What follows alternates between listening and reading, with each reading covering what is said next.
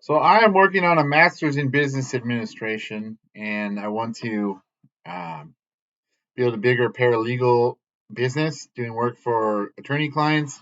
It has a lot of different software elements to it.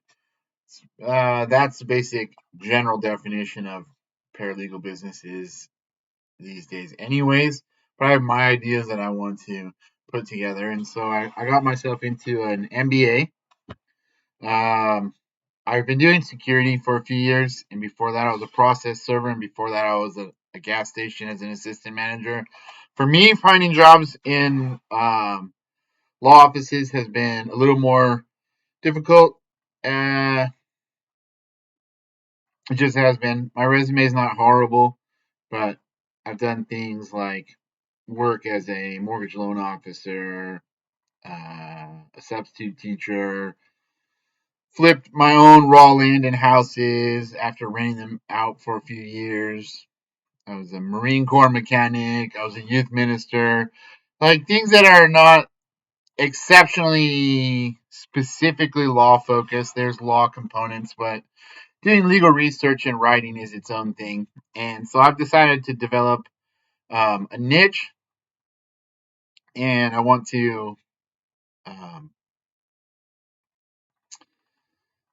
want to do an amount of private investigation connected with it. So doing security is this thing where there's people who are connected to private investigation, and there's a legal department. Um, there's different situations that occur in bigger businesses. Thought about starting a small patrol or working with a smaller patrol in the business I work with, as well to just be kind of a little more involved with the actual parts of the business that have anything to do with changing procedures at all. We changed micro procedures. Like one, I mean, I stepped right into this one. We changed a micro procedure, even though I'm a supervisor, multiple nights a week, 2 to even 6 nights a week. Some weeks, if the other supervisors are not around, but at least 2 nights a week, I'm in charge of the other guys. And we work at a country club, and there's a front gate, and there's one specific resident who just does not like me at all. And when we see her, I get basically toddlerized by my own employees. I tell them to do this. Let me know when she's coming up, and I'll tuck back into this little hallway where I can stand in the middle and kind of see everything that's going on, but no one can really see me. Which, in another way, it's kind of cool because I don't have to directly do any of the stuff, but I don't have to at any one point, anyways. I could pull off of any one of the jobs and have the other guys do it. But we have to have guys drive around in cars and do different tasks, and I have to coordinate that and write little reports. We all do a little bit of that, and my way of doing things is I show guys what I'm doing, so they learn how to do the little reports, and I let them part of the time, probably 1/3 of the time, do a portion of the supervisor work. I'm still supervising them doing the task that's supervisory in nature, but this resident just really does not like me because I told her no the very first time we met. I told her no, she couldn't drive through the front gate because I did not know who she was. She had a sticker on the car. When people sell their vehicles, they sell them and they don't always take the stickers off. The transponders are these little radio transmitters that connect to this little radio receiver. Um, and it opens up the front gate on her, and you get to drive your car through. Regular gated community stuff. I've never been around gated communities though until working at this place the last couple of years. And so she came through the gate where people who are on a guest list or just guests or are service providers have to come through, or residents, if they come through, have to give us this 4-digit passcode or they have to show us their driver's license. And when she drove up, uh, there was something that happened earlier, actually, and I have to preface what happened earlier by what happened second that really made her more mad. Um, I typed in her license plate because she wouldn't speak. She was parked right there. It's sort of like how someone at a Jack in the Box or McDonald's is there at a window and you're looking out talking with someone. She would not speak, but she was going like this at me. So I had to figure out who she was. So I typed her license plate in the system. Nothing came up, and so I said, "Ma'am, are you a guest?" You know who I am. I had never met her before. Later that night, I realized she was a person who some of the other private patrol officers had told me about. Um, she basically there was a wedding going on inside, and I was at the front gate, and my two other guys were out. One guy was doing something I had to do, some type of little check on one of the vehicles, and the other guy had just been doing a patrol, and he came back. So they were both right behind the building. It's like the size of a kitchen and a dining room in a normal little 3-4 bedroom house. Like it's a little building with 2 lanes on one side and 1 lane on the other side going the other direction, in and out of the front gate of this place. And so the one guy comes in and goes, "Hey, you got to come out here. We don't know what's going on with this lady." It's like, okay. So I kind of walked out where I'm supposed to stand there and make sure I let people in, but nobody was coming up, and I could kind of stand over where I could still see the front. Well, this lady kind of had our other private patrol officer kind of trapped conversationally. Every time he'd try to leave, she'd go, I'm not done talking. Like, we just thought this person was a drunk wedding goer and that she was not, we did not think she was a resident. We thought that she was someone who was somehow in a car that belonged to a resident. Well, I didn't know if maybe she had got a new car, got a sticker, and didn't get the transponder or didn't get the license plate in or got a new license plate. People do all kinds of stuff that makes it temporarily so we can't figure out who they are just from their license plate. She immediately, when I walked up, I had my body camera on. She goes, "Get away from me! I'm talking to him." I go, "What?" I kind of walked to the other side. I just sort of said to my private patrol officer, "Hey, just start to come this way a little bit. We're gonna figure out what to do." Well, she got mad about that when he did start to come over. It took like 3 or 4 minutes, and we're on an overhead camera, and two of us have body cameras on. And so she squealed out and sped off right towards where all the party goers were. She's like, "Oh no, she gonna run over all these people? Is she one of the people from the party drinking too much?" Like, we gotta figure out. We went inside, tried to figure out where she was, talked with the guys for about 30 seconds, and I gave one of them the keys to the vehicle and said, "Hey," or no, I was sending both of them. I said, "I want you both there, 2 eyes on it. Whatever is going on, I want you to go to the party there, see if she's there, and make sure, just watch, like stay a distance away. Try to keep people away from her if she's like on a rampage for some reason." And then after that, just radio in and drive around and see if she's maybe parked somewhere. I didn't want to. It's multiple things all at once.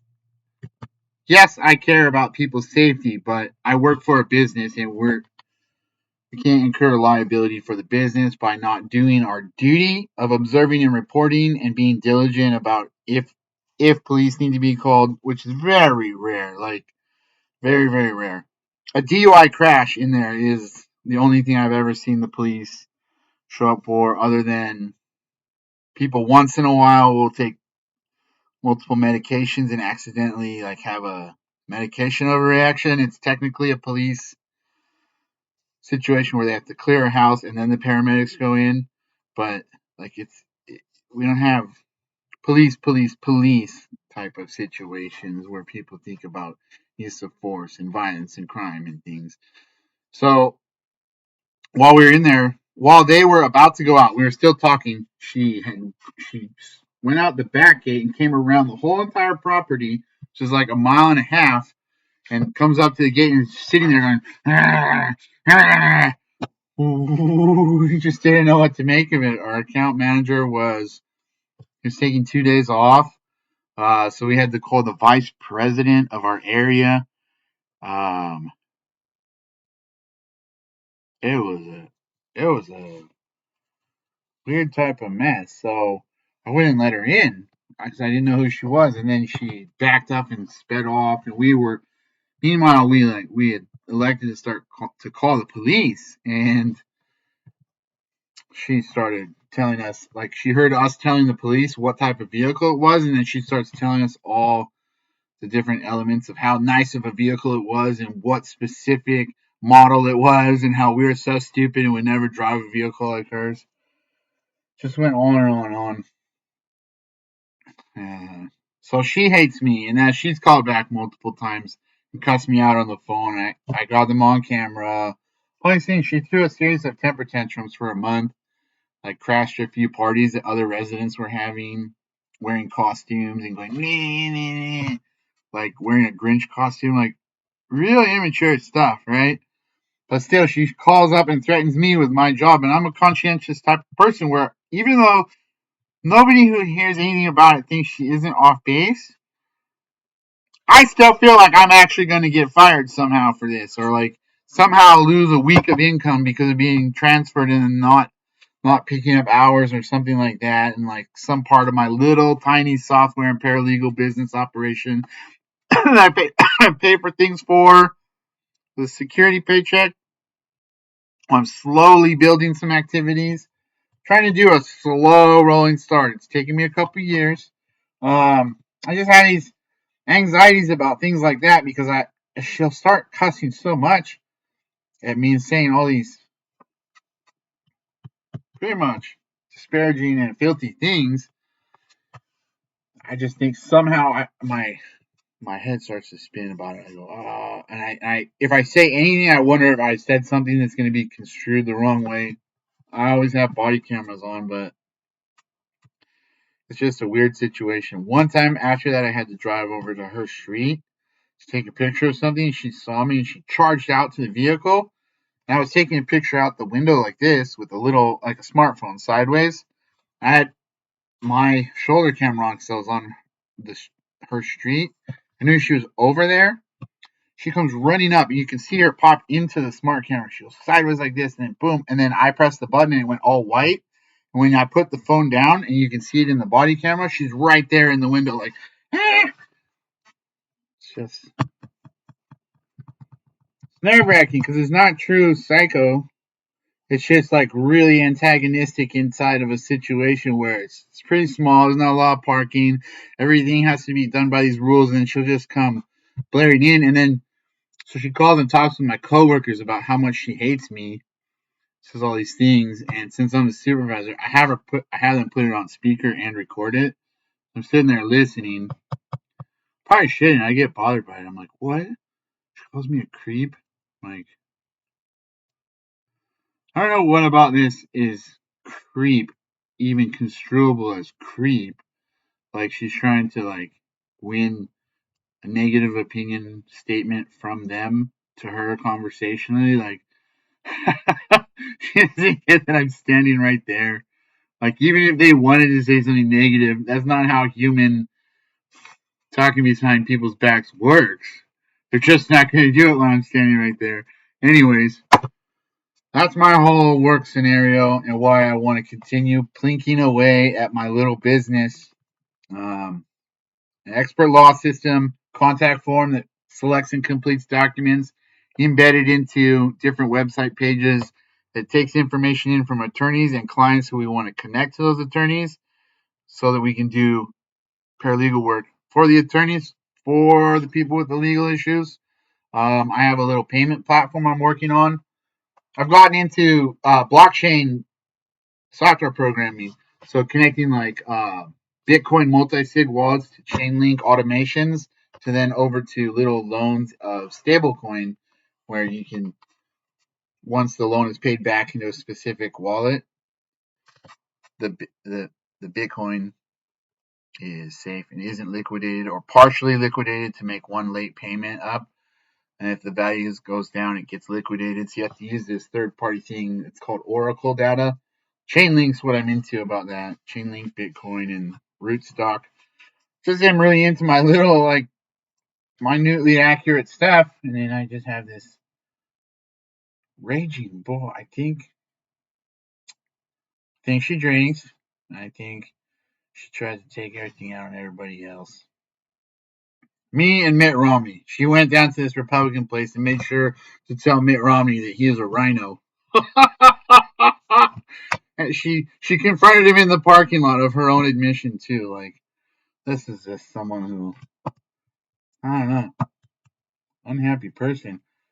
So, and it's gotten old. Like the little bit at first where I could be like make little fun of her. I'm like I'm over. I'm just like it's the doldrum of having to hide and listen to her drone on. She's so boring.